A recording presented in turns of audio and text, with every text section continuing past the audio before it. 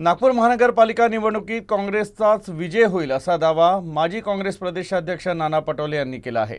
बुधवारी नागपुरात पत्रकारांशी बोलताना नाना पटोले म्हणाले की नागपूरच्या जनतेने काँग्रेसला विजयी करण्याचा निर्णय घेतलाय। येणाऱ्या मनपा निवडणुका काँग्रेसच जिंकेल। तर अमरावती येथील बच्चू कडू यांच्या आंदोलनावर प्रतिक्रिया देताना नाना पटोले म्हणाले की राज्य सरकारला कोणाच्याही जीवनाशी काहीही देणं घेणं नाही असं ते म्हणाले। तर मंत्री संजय राठोड यांच्यावरील आरोपांवर बोलताना पटोले म्हणाले की भाजप सत्तेत राहण्यासाठी भ्रष्ट लोकांना आपल्या सोबत ठेवत आहे अशा शब्दात त्यांनी प्रतिक्रिया दिली। बीजेपी आहे त्यांनी काय करावं त्यांचं कामच ते आहे। सत्ता ताब्यात कशी घेता येईल बस त्याच्यावर त्यांचं काम चालत राहते।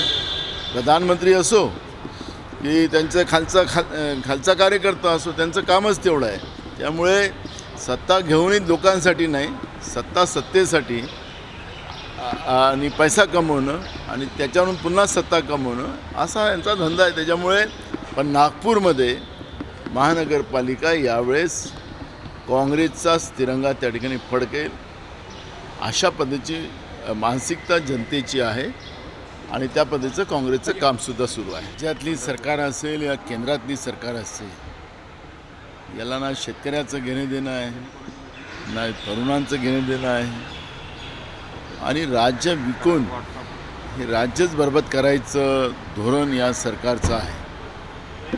त्यामुळे बच्चू कडू हा विषय त्यांच्यासाठी नाही आहे आणि बच्चू कडू तर त्यांचा अलायन्सच होता।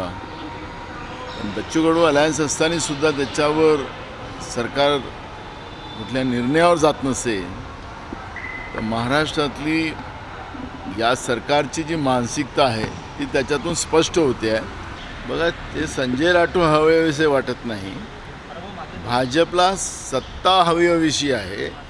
त्यामुळे भ्रष्ट लोक बदनाम लोक या सत्तेचे वाटेकरी झालेले आहेत। त्यामुळे भाजपचा जो सत्तेची लालच आहे त्याचे परिणाम आपण पाहतो आहे।